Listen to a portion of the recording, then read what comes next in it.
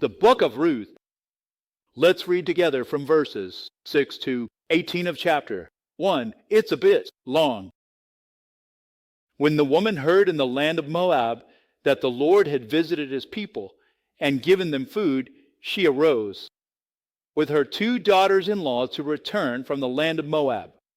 They set out on the road to return to the land of Judah. Naomi said to her 2 daughters-in-law, "Go, return each of you to your mother's house. May Yohan deal kindly with you, as you have dealt kindly with the dead and with me. May Yohan grant that you may find comfort, each in the house of her husband."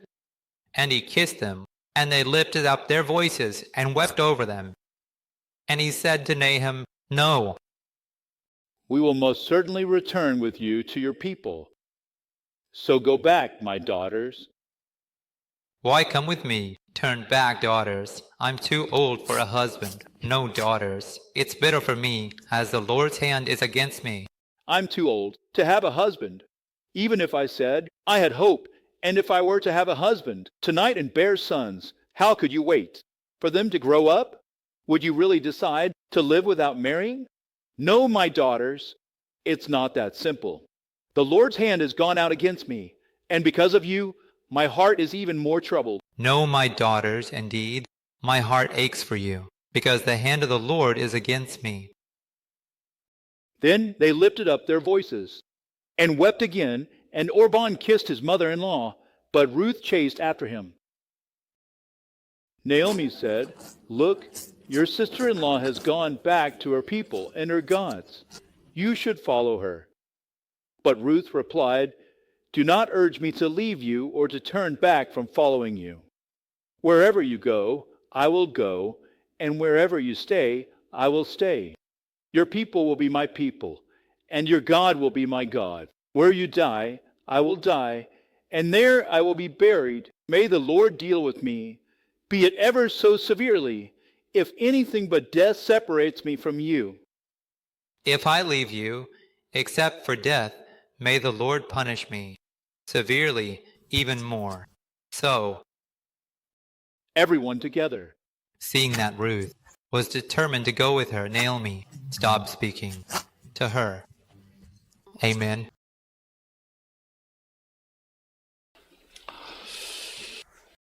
Awe in 2025, our wilderness. I pray in the name of the Lord that it becomes a beautiful field, overflowing with harvest and fruit, and a lovely forest that brings life and restoration to the souls of our neighbors. We are now connecting the 2025 church calendar. We are continuously looking at the book of Ruth, exploring how an ordinary family can transform a dry, desolate wilderness into a beautiful field, and how it can also become a lovely forest. This journey is what the book of Ruth teaches us, and I'm sharing this grace with you through this sermon. This sermon is a powerful sermon that tells the story of how the path leads to a beautiful forest. I'm sharing grace with all of you.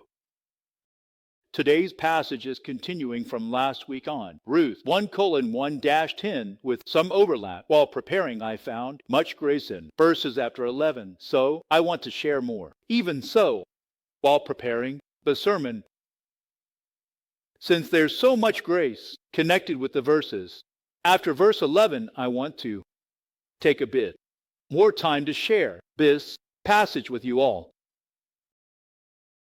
Through this passage, we can discover 2 key points. The first thing we can discover is the decisions and actions made because of God. We can see Naomi's decision and actions because of just one God. Let's read Ruth chapter 1, verses 6 and 7 together. First, let's read together. Let's get started. That woman heard that the Lord had taken care of his people and given them food in the land of Moab. When she heard that the Lord had given food to his people, she got up with her 2 daughters-in-law to return from the region of Moab. They set out on the road to go back to the land of Judah. Now let's take a moment to put ourselves in Naomi's shoes and think about her situation. Naomi makes the decision to leave Moab, where she has stayed for a long time. She stayed there for over 10 years. In other words, it must have been a very difficult decision to move back to Bethlehem, your hometown you left 10 years ago. If you are guaranteed safety and prosperity after immigration, then there is no problem.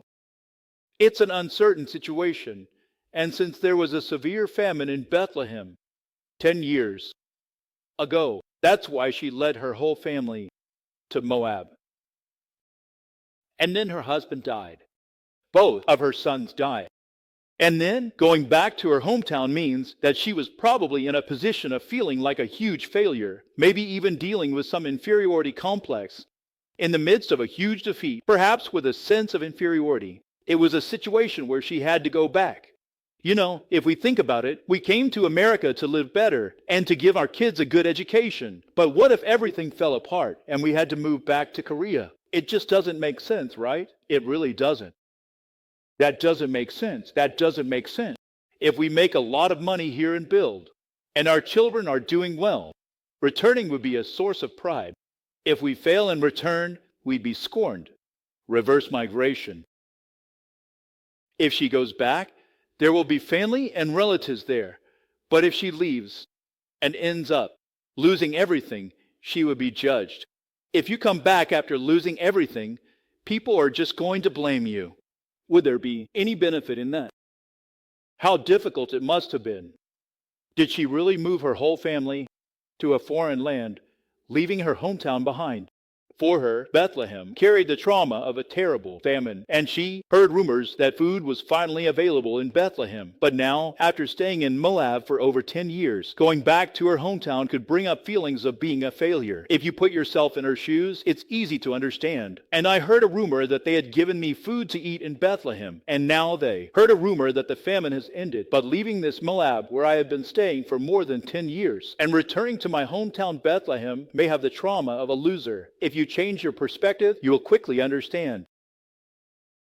Even after returning like this, I probably still had some resentment about why I came all the way here and suffered all this trouble and lived here. So for Naomi to decide that she needs to go back to Bethlehem and actually follow through with it, that must have felt almost impossible. It's understandable, because she had built a life here, and now she had the pressure and fear of starting all over again in a new environment. However, because of her determination and the action she takes as a result of that determination, we know that an incredible recovery took place. But where did this recovery actually begin? This is something I briefly talked about last week, but Yoho takes care of his people. I mentioned this last week, but it's such an important expression of our faith that I want us to engrave it in our hearts once more.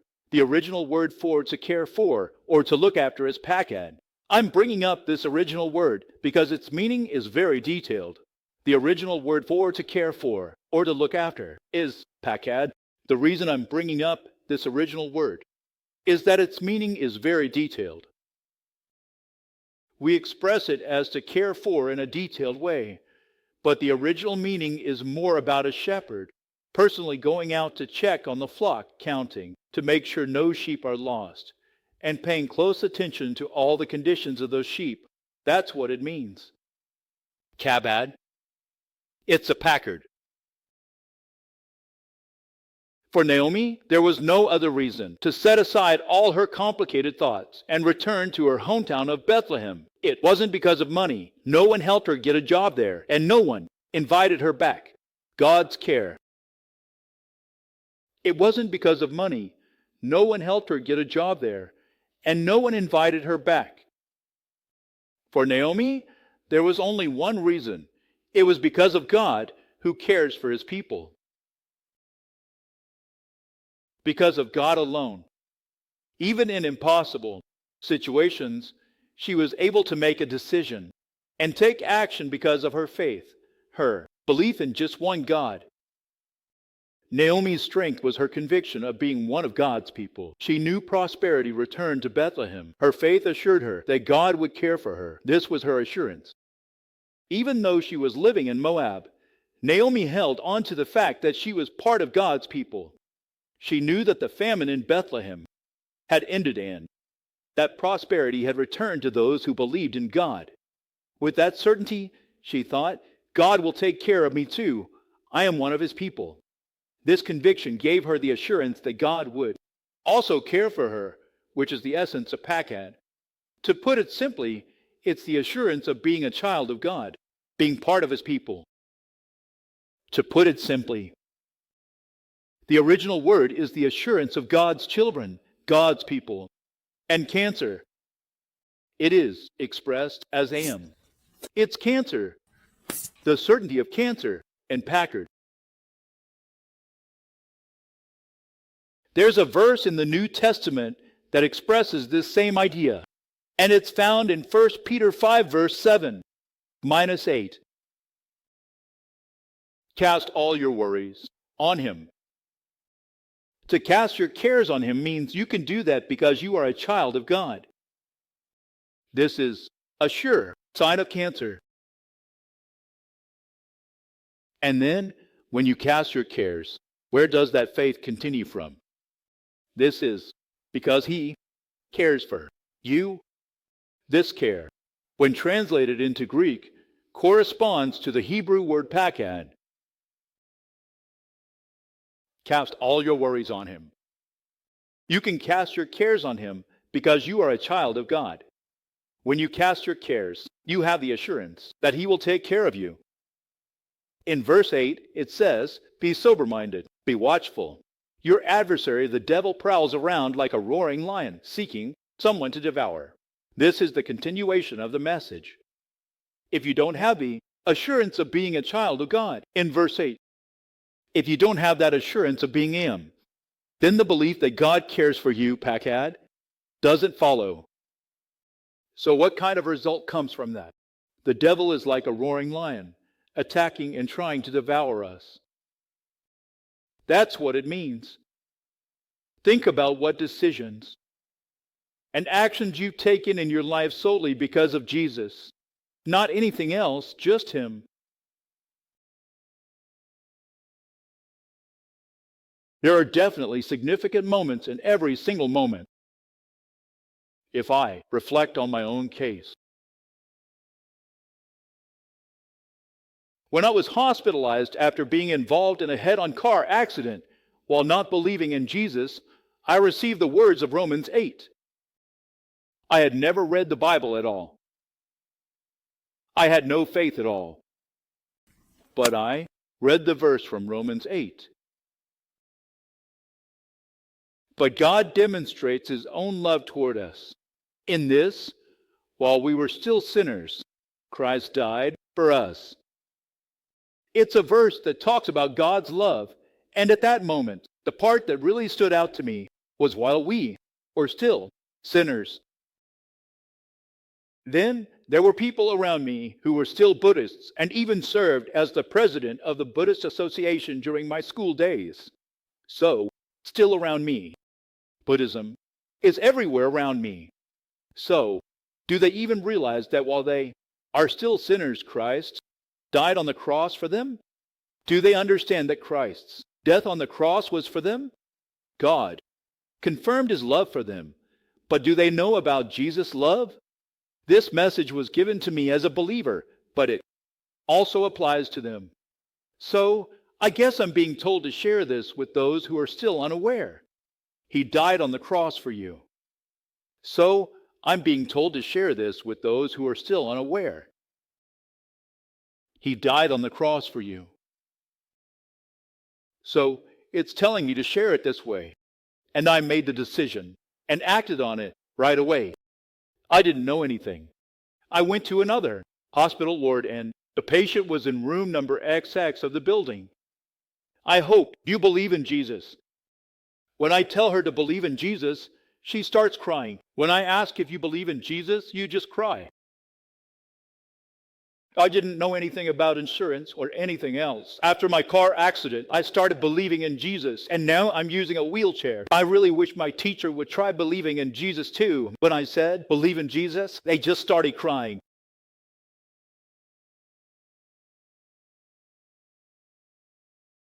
I was running 2 businesses when the decision came for me to move to the U.S.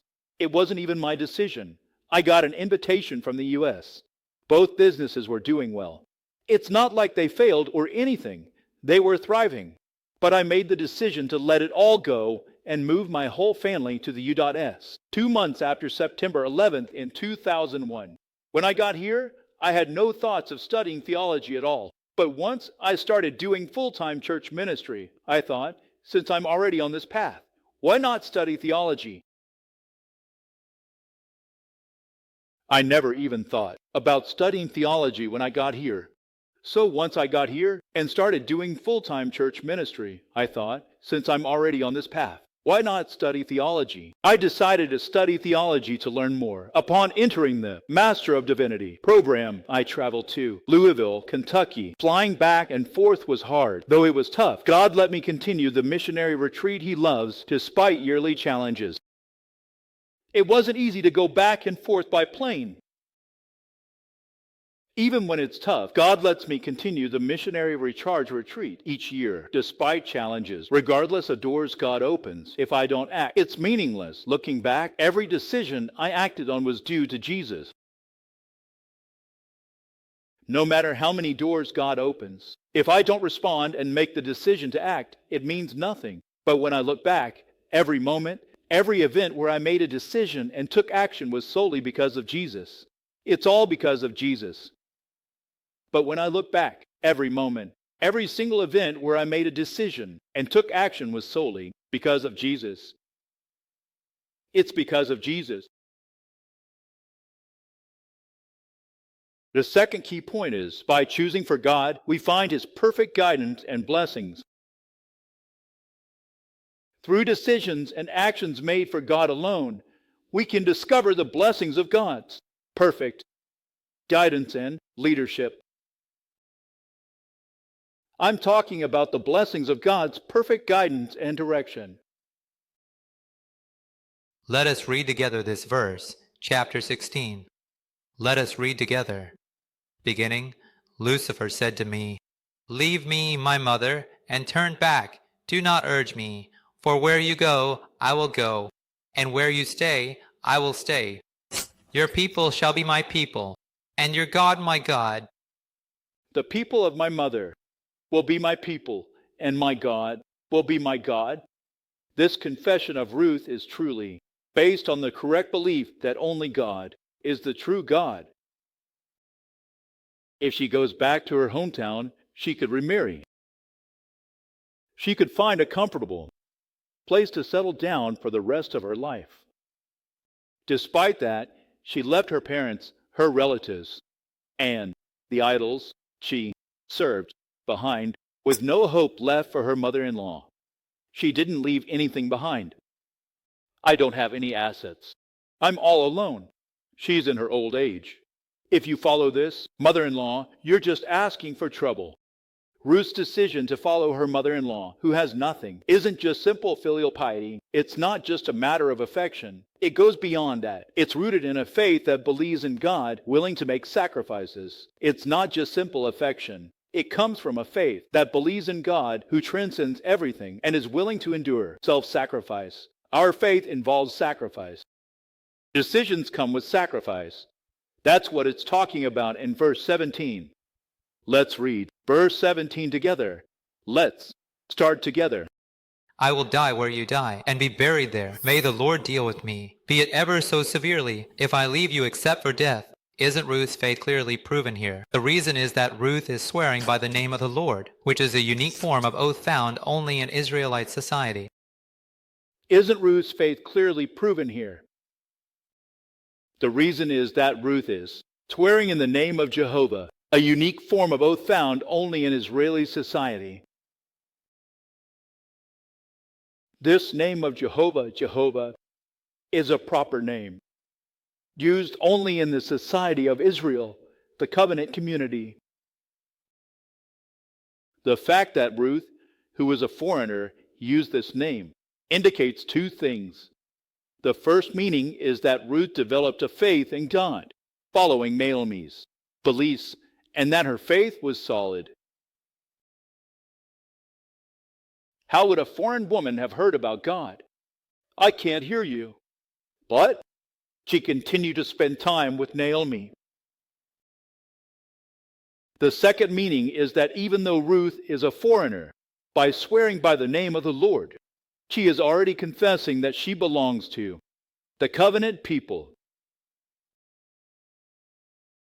If I were to make this into a movie as a director, I would probably spend a lot of time talking to Naomi and Ruth. I want to show you that scene a bit. What kind of God is your mother's God? I don't know. It's noisy. Why did you move here? In such difficult circumstances, if that's not how you believe in God? Why didn't that God bless us? Leaving was a mistake. Hold on to God. Didn't God change things for the better so you could meet him? Staying was part of God's plan. Your mother-in-law's love was constant, even when she was angry. Even though there was a famine in Bethlehem, staying there was part of God's plan. But if I had stayed, I wouldn't have met you right.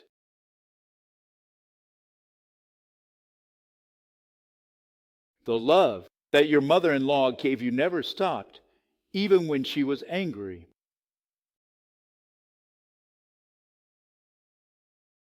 The God you believe in. What kind of God does your people believe in? But God is the one who created the heavens and the earth. Even though the content of these conversations is difficult and painful, losing her husband, losing both sons, and even her daughters-in-law losing their husbands, through all of that, instead of saying, "We're done for, it's all over," the two daughters-in-law might feel discouraged, but the mother-in-law, Naomi, says, "It's okay, there will be good things ahead." I know your heart. It's tough, it's hard, but let's keep looking to God and move forward. God will guide us, even in these circumstances. Though she didn't express it, she must have thought, "God, why? Did you let our husband die?" I wanted to question that, but seeing her mother-in-law, who had lost her husband and her children, saying, "I don't know if God is alive or not," she didn't just stop there. Instead, they continued to share their thoughts about God together. I wanted to ask her, but seeing my mother like that, the mother who lost her husband and her children, she said to her daughter-in-law, "I don't know whether God is alive or not." I think there was that aspect of them continuously sharing about God together. An important fact we can't overlook here is that Naomi didn't lose her faith even in the idol-filled foreign land of Moab. She personally and spiritually taught her daughters-in-law, even in tough situations. We can't deny that Ruth's strong faith was influenced by Naomi's faith. Naomi clearly passed on her belief in God to Ruth through both her words and actions. We cannot deny that Ruth's firm faith was influenced by Naomi's faith. Naomi clearly passed on her faith in God to Ruth through both her words and actions.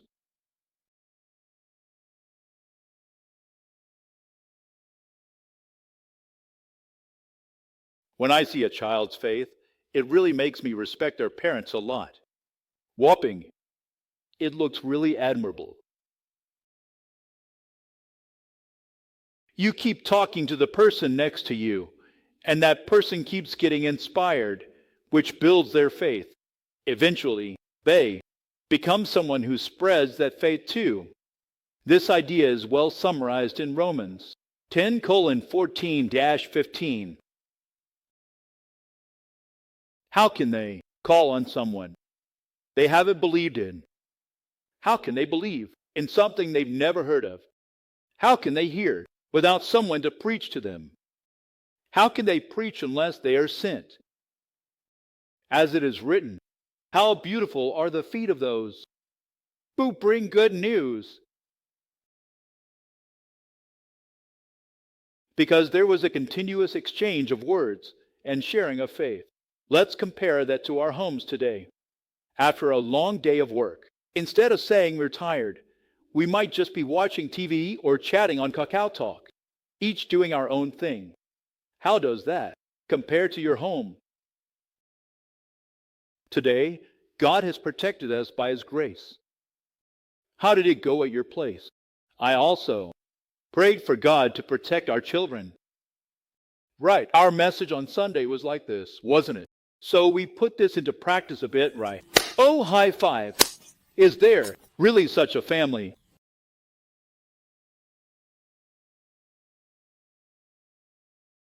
We all know how much Naomi made her decision and acted because of God alone, and how much God guided and led Naomi's life and family through her daughter-in-law Ruth. If we make all our decisions and take action because of God, or in other words, because of Jesus, I believe that God will take responsibility for our lives, both spiritually and physically. I shared my testimony. I was a new believer. I was trying to go up to the second floor of a multi-family house, since there wasn't anything available in the area.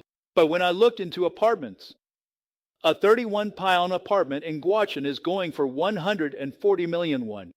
In John's, I only had 60 million won. I learned there was a 60 million won John's available for a 31-pound apartment. I went to check it out, and it was the Jug-on apartment in Biolangdong, Guachin City, building 404, room 605. No one wants to move in there. It's 60 million won next to a 140 million won place. But why isn't anyone going in? They say if you move in there, you won't come out alive. Not just one house, but 4 houses have been vacant. In 2 years, 4 houses have been vacant. It wasn't even 3 months, and one person died after another. 4 people died. In the end, there was news about it, and it was reported that the owner of the house jumped down and broke her neck at a 180-degree angle, and it was a big story in the newspaper. That was the 4th death. The house isn't selling. When I heard that sound, I told the old man in the unique room, "Hey, that's our house. Give it to me." "No, think about it again. This isn't going to work. Take your time to think about it. Please give it to me." "Why do you say that?" "Uncle, we believe in Jesus." Whether it's something on the ground or something beneath it, all gods, even spirits, will kneel before Jesus.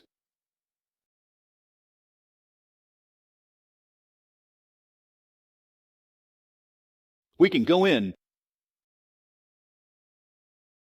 Rather, the safety of the poisonous plants continues.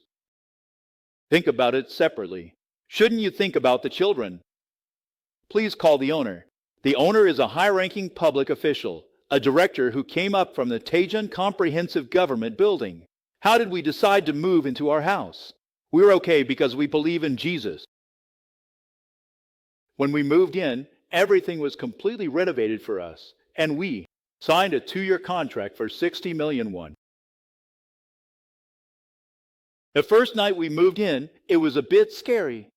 My hair was standing on end, and there was definitely something there. But I called out the name of Jesus. 3 months passed, then 6 months. A year passed. We had a neighborhood meeting once a month where we gathered in a certain room. Every time we had the meeting, I went out as the representative, Dongkichi, Dongyuyo. We gathered in the room and had neighborhood meetings in a certain meeting room. And every time we had a meeting, I went out as the representative. After 6 months of going out, "Is everyone's dad okay over there?" "It's okay." It's because we believe in Jesus. Later on, what happened was, on Sundays when we went to church, they would ask us to take them along. And then every week, 2 or 3 families. This is a miracle among miracles.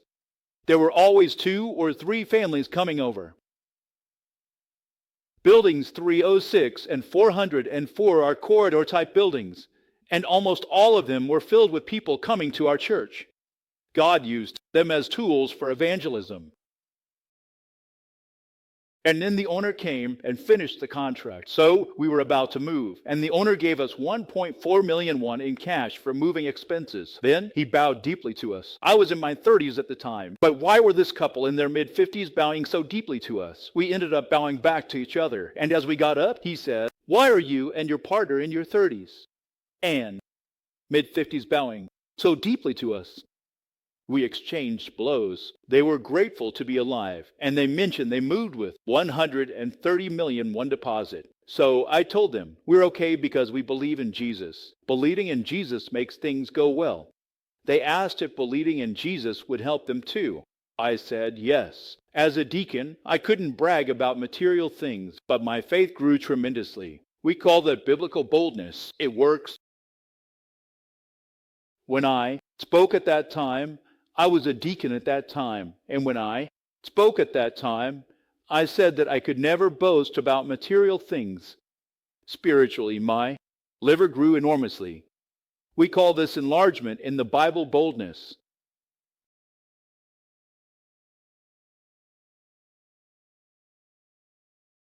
How much has God poured out on us? From God's perspective, it's like, did you really come in faith? How do you know if your child will lose their life or if you will lose yours? You came in faith, right? Got it. Did God pass away?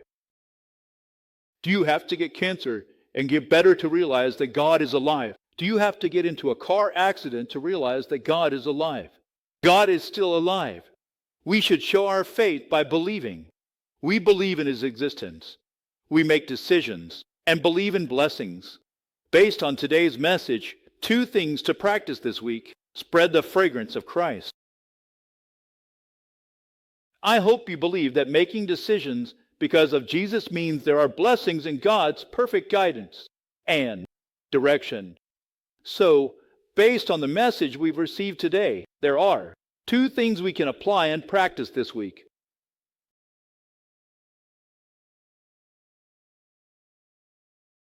The first thing is to spread the fragrance of Christ.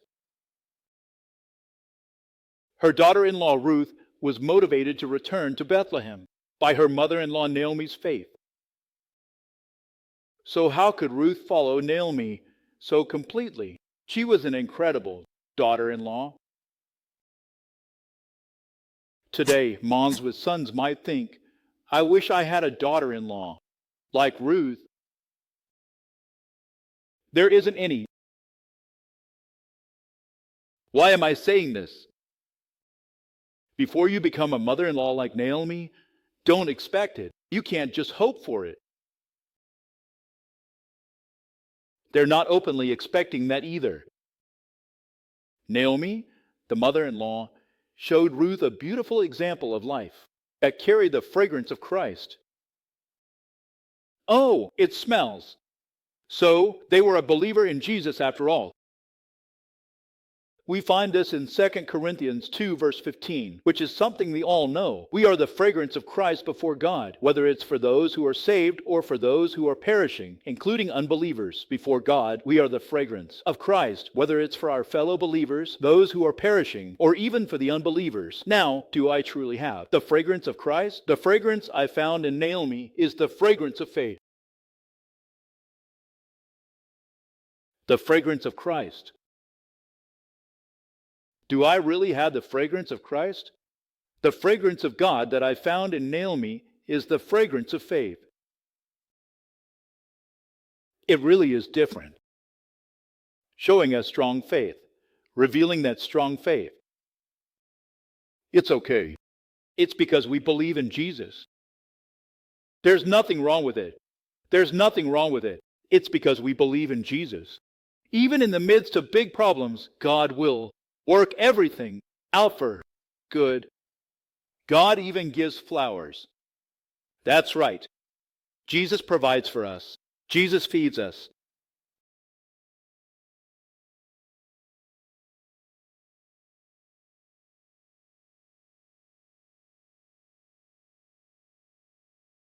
I'm running a business in Sanxiangdong, and there was a fire at the company.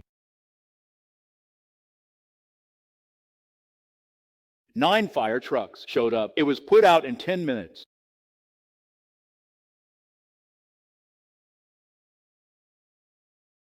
And the next day,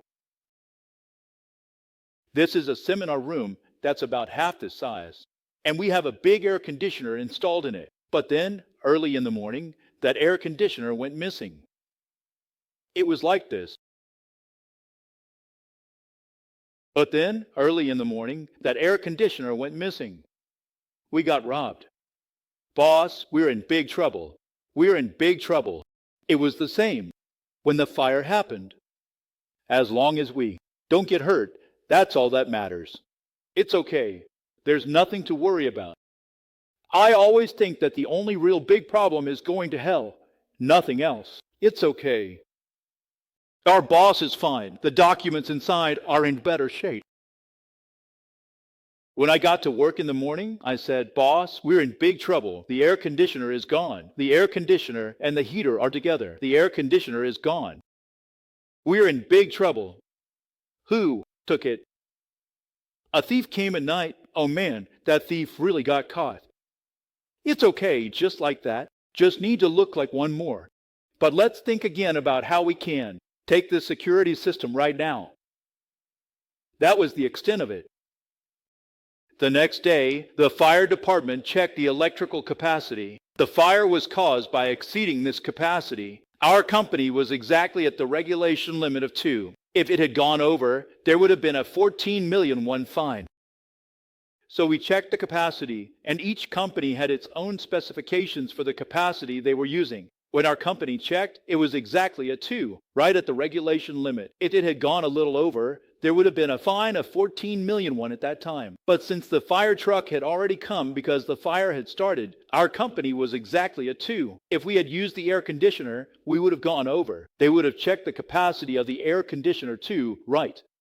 Since the fire had already started and the fire truck had come, our company was exactly at 2, right at the limit. But if we had used the air conditioner, we would have gone over. If they had checked the air conditioner's capacity, wouldn't they have looked at that too? Then it just goes over the limit of 2. It's several million won. God said it's several million won, which seems a bit excessive. The application seems a bit off. Still, I think we should just get a thief to do it quickly. I personally believe that. But don't apply that to you all. I personally believe so. Don't apply this to you all. Do I truly have the fragrance of Christ? Through that incident, 2 employees who didn't believe ended up coming to faith in Jesus. The fragrance of God and the fragrance of faith discovered in Naomi. Isn't that what it shows? If not, or if I am not sure, please help me, Lord, to have the fragrance of faith in God rather than eating and drinking from Him. Help me to manifest the fragrance of faith. You should start with this prayer first. Don't just pray for food and drink. In Ruth 1 verse 16, it says, "Your people will be my people, and your God my God." Can't you sense the faith in Naomi from Ruth's confession? Moab was a place where they didn't believe in God, but worshiped Chemosh. Ruth, a Moabite, was an unbeliever, but living with her God-believing mother-in-law. How strong must that faith have been for Ruth to confess, "I want to believe in the God my mother-in-law believes in too." But living with a mother-in-law who believes in God, how strong must that fragrance of faith have been for an unbeliever like Ruth to make such a confession? I want to believe in the God my mother believes in. The God that my friend believes in, the God that my boss believes in, the God that my neighbor believes in, the God that my son and daughter believe in, the God that my parents believe in. I want to believe in Him too. Then am I giving off the fragrance of Christ to my children? Am I sharing the fragrance of Christ with my friends, my employees, and my boss? The fragrance of faith that comes from truly believing in Jesus. Am I giving off the fragrance of Christ to my friends, my employees, and my boss? The fragrance of faith that comes from truly believing in Jesus. Oh no, this is a big problem, a huge deal. God will take care of it. I'll pray. There's nothing to worry about. Take your time to think it over, and we can move forward in God's Word. I'll pray for you. Don't worry too much. Is there such a fragrance? These words made daughter-in-law Ruth believe in the same God as her mother-in-law. Because of the fragrance of her mother-in-law's faith, the fragrance of Christ. I pray in the name of the Lord that we all may have the grace to embrace and pass on the fragrance of faith to one another in our homes and churches. The second practice we can apply and put into action this week, based on the message we received today, is to emit the fragrance of love for souls. This is the fragrance of love that comes from receiving God's love. Let's read Ruth 1:8, 9 together. Let's start together. Naomi said to her 2 daughters-in-law, "Go back, each of you, to your mother's house. May the Lord deal kindly with you, as you have dealt with the dead and with me. May the Lord grant that each of you will find rest in the home of another husband." And she kissed them, and they raised their voices and wept. Naomi's love for her daughters-in-law is profound. Despite her own struggles, she reassures them, blessing their futures with hope and faith. Her love deeply touches them, giving their tears profound meaning. Isn't your mother-in-law in a more miserable and difficult situation now? Even in that situation, the fragrance of this mother-in-law's soulful love, who worried about her daughters-in-law and worried about them. And when she thought about their funerals, she blessed them with fervent hopes of faith, was deeply conveyed to the 2 daughters-in-law. And that is why the meaning of her loud tears lies here. Naomi's fragrance is always sensed by her daughters-in-law. It's the essence she carried daily. It's the fragrance of God's love for souls, continuous and unchanging. I pray this love spreads from our homes, our closest neighbors, in the Lord's name. In the church, among members, young people might say, seeing the deacon's faith, "I want their God to be mine." Is there a young person who expresses this? They might tell their older brothers, "I hope my brother's God becomes mine too." In the church, is there a young person watching our youth who says, "I want the deacon's God to be mine. I want to follow his faith"? Young people might tell their older brothers, "I hope my brother's God becomes mine." It's a community sharing the fragrance of faith.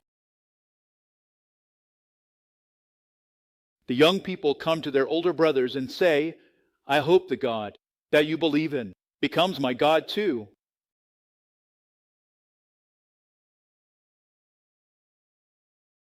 In the old days, the youth would say to their older brothers, "I hope the God that you believe in becomes my God too."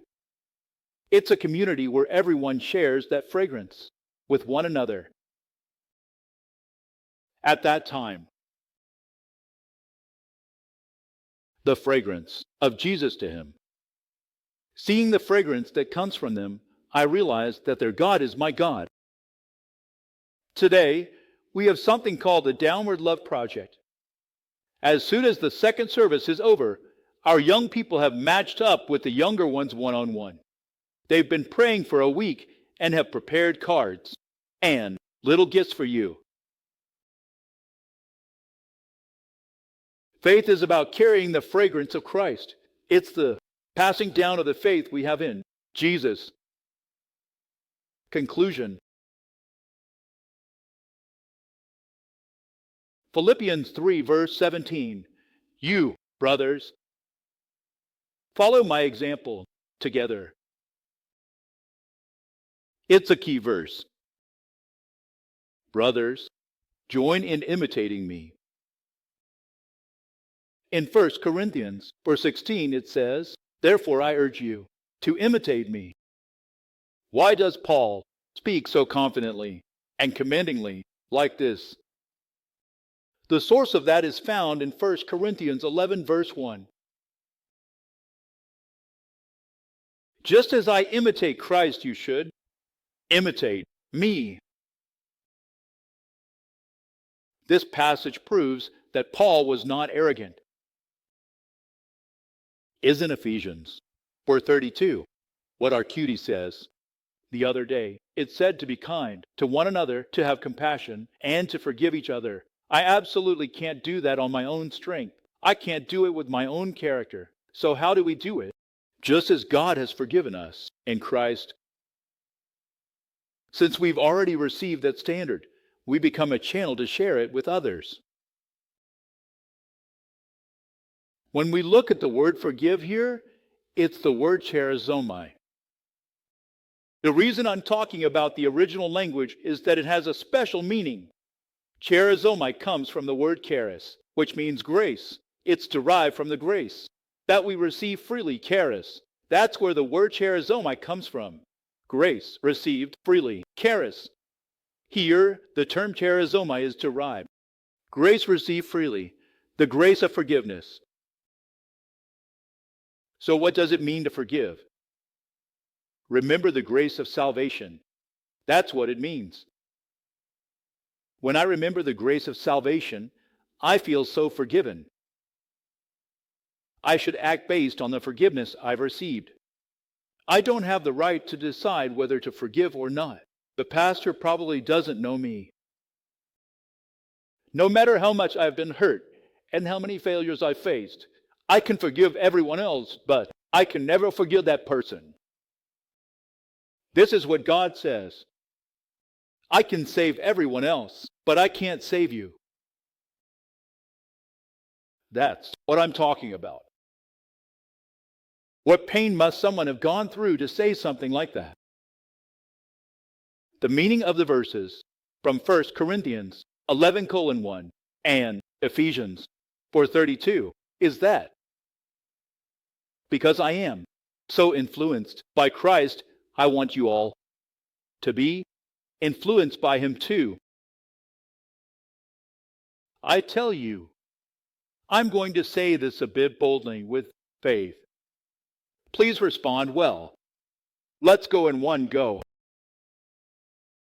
You all should follow the example of your pastor. It seems like there are some people who haven't done it.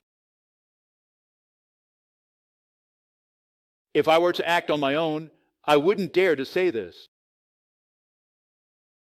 It's clear that there are definitely shortcomings, and if I say something like this shamelessly, the sermon won't really resonate with you. But because I have the desire to follow Christ, I'm being corrected through that. That's why I'm telling you to follow my example. If I keep saying things like this, shamelessly, the sermon won't really get through to you. So do well, okay? But because I have the desire to follow Christ, I'm being corrected through that. And that's why I'm telling you to follow my example.